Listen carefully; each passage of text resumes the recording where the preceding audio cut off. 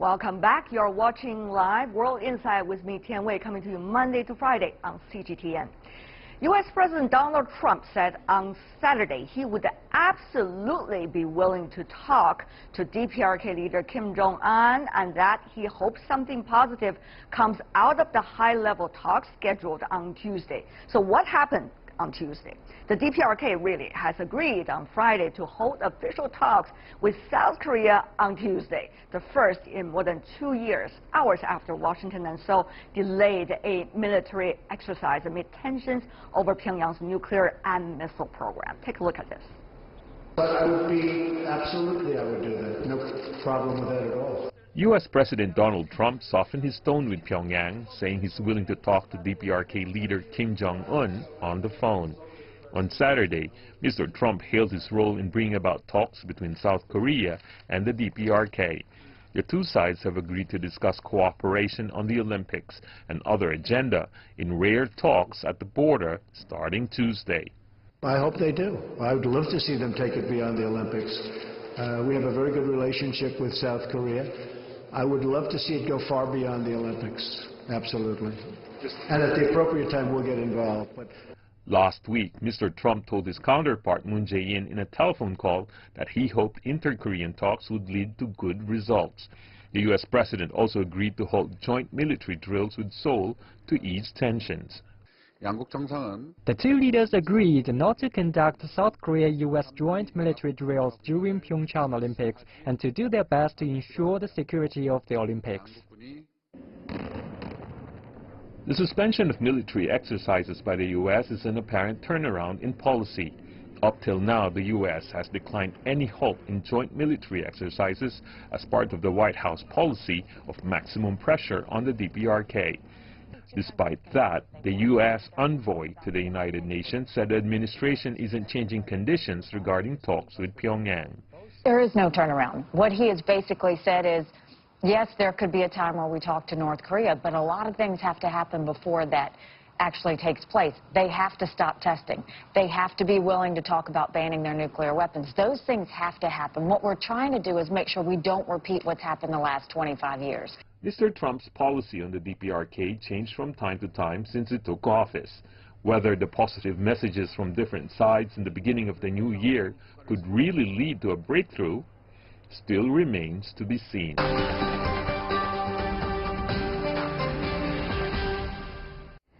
So, is the U.S. taking a softer approach or at least a softer tone toward North Korea? Let's loop in our panelists. We are joining our Beijing studio Ye Hailin, Director of the Center for South Asia Studies at the National Institute of International Strategy at the Chinese Academy of Social Sciences. Welcome, sir. In Washington, D.C., we have once again Douglas Paal, who is the Vice President of the Carnegie Endowment for International Peace. Welcome back to our program, Mr. Paal. And in Boston, we have Mr. Sung-Yoon Lee, a Kim Koo-Korea Foundation Professor of Korean Studies at the Fletcher School at Tufts University. Welcome as well. Let me start by asking you, Mr. Paal, since you've been observing the Korean Peninsula issue for quite some time, do you think the president has been taking a softer approach, at least upon hearing the news of a possible talk on Tuesday between the North and the South toward the North? Level, you could say it's softer, but in fact, I think, given the circumstances, especially with the upcoming Olympics in South Korea and the importance that holds for our South Korean allies in Seoul, that we would have had to adjust our tactics in dealing with North Korea. I think it's a very welcome adjustment that the South is willing to talk to the North on inter-Korean affairs, and they may be able to find some way to have a joint participation in the Olympics. These have been historically important things for people in Korea and have sometimes led to big breakthroughs, certainly in South Korea after the 1988 Olympics. This is a good thing to be doing, but whether it reflects a softer underlying policy is unclear to me. You have to look at the other side. North Korea suddenly is interested in talking when the most stringent sanctions in history have been brought down on North Korea. Whether North Korea really feels the sanctions or is anticipating them we'd have to ask them what they think. But they did make the gesture of opening talks after not speaking to anybody for more than a year. So this is adjustment on both sides to circumstances. I see. Mr. Paal, I did try to ask them, as you said, to the north, but I have failed to get anyone who can come to our program. But we have Professor Lee coming originally from South Korea, certainly doing a lot of research about the north and the south. Maybe you can help us, Professor Lee, to a certain extent. Remember our last talk, we were mentioning about today, January the 8th, which is the birthday of Kim Jong Un, and we were suspecting whether anything could happen, and so far, God bless it, hasn't yet. So what do you say? Do you think there's really a conciliatory tone, or probably even better approach now coming from Pyongyang toward the south and certainly toward the nuclear issue, Professor Lee? Well, I call Kim Jong Un's New Year speech quasi-conciliatory. It's a softer gesture, but there are some ambitious plans behind this carrot that Kim is dangling before the neighbors in the region. Also, Mr. Trump's latest remarks, I would also call them quasi-conciliatory, because I think for now the Trump administration is very much committed to putting maximum pressure, as the administration says, on North Korea, and the U.S. is a bit wary of the prospect of South Korea lunging at embracing North Korea and undermining the international coalition that's been built up to put maximum pressure, financial pressure on North Korea. If I'm Kim Jong Un, it makes perfect sense to reach out to the South, to change the dynamics, to send athletes, officials, and cheerleaders, and come across as the party that's really more interested in peace and reconciliation, while painting the rhetorically bellicose President Trump into a corner, painting him more as the aggressor. Critical thinking, certainly, coming Professor Lee, as always. Let me go to you, Mr. Ye, here in Beijing. Is that just a kind of drama? It's just a decoration, in a way, not necessarily a real essence decision coming from the North, when the North and the South are going to talk on Tuesday. Of course, tomorrow we are going to have a big discussion about that too. But for now, what is your assessment? I think I won't call this kind of the engagement between the South and North. It's only for a show or some decoration. I think both sides, even for Donald Trump, they want to take this opportunity to test their policy for from the last year, even longer time. What's the consequence, and how they will evaluate the tendency in the future. Actually, we have a different understanding on what happened right now, and different understanding, different explanation on why North want to soften their attitude, if we can call this a softening. Right. But in my personal opinion, we can say that these two sides, even three sides, want to take this chance to suspend their action and give some spare room to test and to prepare for the further movement. It doesn't mean that both sides already make the decision. Right. It only means they want to take the moment to take the break and to think about it, what we are going to happen after this Olympics. Right. Well, you think about it, Mr. Ye, the Chinese side has been quite positive since, the South extend the so-called olive branch. When it comes to the Olympics, it is really the olive branch. And the North, in a way, and then the South with the United States on the suspension of the military joint exercise. Even Chinese Foreign Ministry spokesperson Lu Kang said many times in recent days about the Chinese positive reaction to all sides' decisions. But having said that, though, will China's so-called double suspension suggestion be adopted by all sides? No, this is an apparent adoption of that attitude. What do you say? Actually, I don't think so. I think the double suspension is not only for 1 week or 2 weeks. It needs longer time. In my personal opinion, we can say that for the double suspension means they create for the longer atmosphere, longer term getting the situation getting better. But in the minor fact, if we check the both sides' attitude and the decision, it's only a pyramid, a moment. And I think if we call it suspension, it takes a very long time. I see. Currently, not yet. Some wonder whether China's attitude or suggestion or persuasion or explanation has any impact on the Trump administration's forming or the process of forming its policies toward the DPRK. Here's a quick recount of what President Trump has said about DPRK before and after he met with Chinese President Xi Jinping for several times. Take a look at this. Before their first meeting in April, Trump's message to Xi was unmistakable. You solve this problem or I will, and you won't like the way I do it. Then, after he hosted the Chinese president and his wife at Mar-a-Lago, Mr. Trump said, something has to be done about it. In November, after Mr. Trump paid his first state visit to China, he said, as long as we stand together, that threat will never happen, doesn't even have a chance. And he recently tweeted that talks are a good thing. The question really is, has the Chinese side had any impact on the Trump administration's understanding, at least, of the issue? Mr. Paal, your judgment here. Oh, I think that there's been very effective conversations. The opening conversation at Mar-a-Lago in April was a long discussion about North Korea, where Trump subsequently said he'd learned a lot from President Xi. And I think that those conversations, both between the leaders and their subordinates, have informed both sides fairly effectively. And the results are there in the ability of China to support successive, very tough UN Security Council resolutions in response to North Korea's violation of UN Security Council admonitions not to test missiles and nuclear weapons.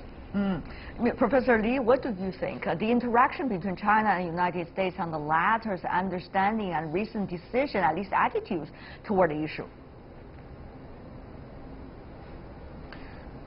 Obviously, China and the U.S. are the big powers weighing heavily on Korean affairs, both north and south.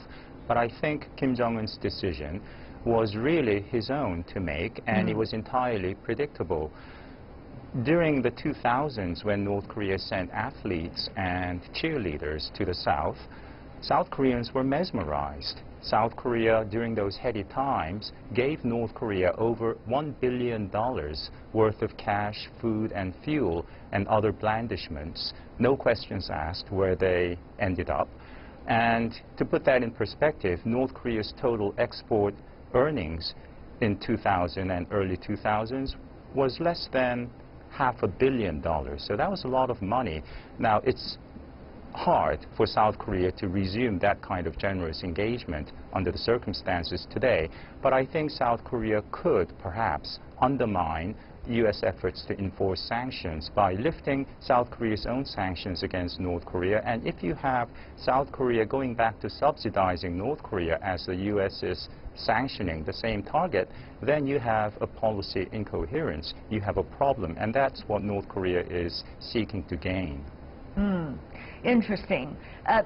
Mr. Paal, as both you and Professor Lee, and also I would say Mr. Ye here in China argued, this seems to be, so far, a tactical decision from all sides about so-called pause, about the so-called talks, and people are watching as to what's the next step in this goal game, as we say. What do you think, Mr. Paal, are some of the barometers we should watch for Tuesday's talks between the North and the South? And also, what should be the barometers we could use to assess the reactions from different sides from now on, Mr. Paal?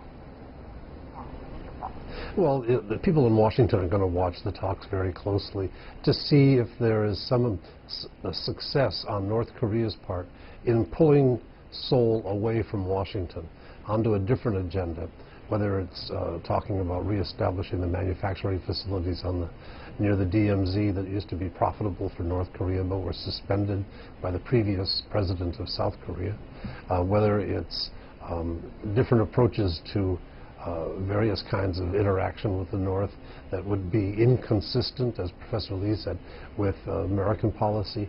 So far, I've been quite surprised and pleased that there has been effective communication between Seoul and Washington, that the limits on the talks have been described in coherent ways by both sides going into the talks. And what the North might bring that could change the work that's been done in advance, we don't know. You know, you should look back. Professor Lee said he was not surprised by these announcements from January 1st by Kim Jong Un. Remember, a month prior to that, the UN Secretary General sent an undersecretary to North Korea to try to persuade them to use the Olympics as an opportunity. So there's been some fairly intensive diplomatic work trying to get us to this point. But you know, as soon as the games closed and the Olympic torch goes out, U.S. forces will start to move toward South Korea for the annual exercises, and the North Koreans have only given unofficial, private indications that they won't test before the end of the Olympics. But as soon as the Olympics are over, they've got very strong needs to develop their weapons program. So we could be back to a high level of tensions very quickly as soon as the Olympic flames go out. Roller coasting in a way. Mr. Ye, let me ask you, what is the barometer that you would use from the Chinese side to see the talks between the North and the South, and also to assess the other parties that used to be involved in the six-party talks? I think for the other parties, such as China, Russia, and even Japan, all these neighboring countries will have some expectation on the talk, definitely. But there's something should be reminded that there's two different assessments on the decision of the North why they want to have the talk. One assessment is that because of the sanction, so the DPRK has to soften this tone and launch a talk. Another assessment is that because of the DPRK thought they already override the sanction, so they have the fully confidence to engage with the South, and even for America, different understanding will lead to the totally different tactics during the negotiation or the talks, and probably will lead to different, completely different consequence of the talks. So we always said that the high expectation possibly lead to high upset or even disappointed. So be cautious about this kind of the so-called prospect. I don't see much optimism about the future talks and also the result as a, you know, after the talks. But for now, we do have a technical issue to resolve. Many have disagreements about what exactly is the North's technical capabilities, whether it's the missile ICBM or it's the nuclear weapons. Some suggest 2020, which is very close. Others suggest probably even more than that. Mr. Paal, your judgment here, and how is that technical capability going to influence everybody's timetable about talks, no talks, and the future solutions, sometimes probably solutions that we wouldn't agree with one another? Mr. Paal. Mr. Paal. Well, the North does have some very important hurdles to get over. To have a reliably threatening missile capability to keep Washington's attention.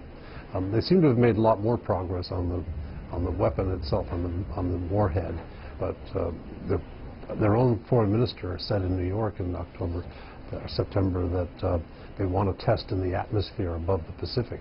Right. So we may see something as dramatic as that on the nuclear weapons side. We have to take these kinds of threats seriously because they tend to carry them out. So there's still, I think, some considerable months ahead. I've often argued this is not an emergency problem, but it is fairly urgent. We don't have a deadline tomorrow, but we don't have a deadline 5 years from now. It's somewhere in between. I see. Professor Lee, your assessment? Final words?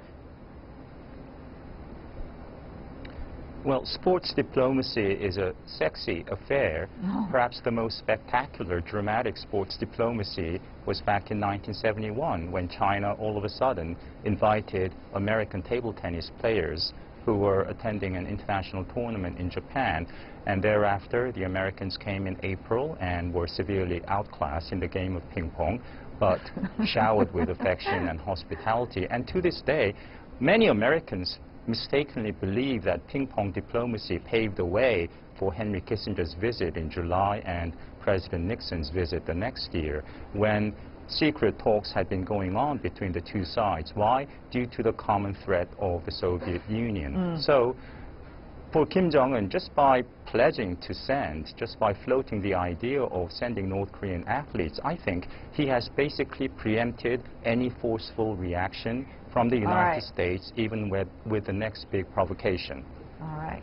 For now, we have to wrap it up, but more talks are coming for Tuesday and hopefully days to come and months as well. Thank you so much, Douglas, Paal, and also Mr. Ye Hailin, Sung-Yoon Lee. Really appreciate, gentlemen, for being with us. Thank you. That's all the time we have for today. If you'd like to see more, try to find us World Insight CGTN into your search engine or check out our YouTube channel. Also follow us on Twitter, Facebook, and Sina Weibo. From me, Tian Wei, and everyone on the World Insight team, thanks for watching. Tune in again next time for insights across China and around the world. Good night.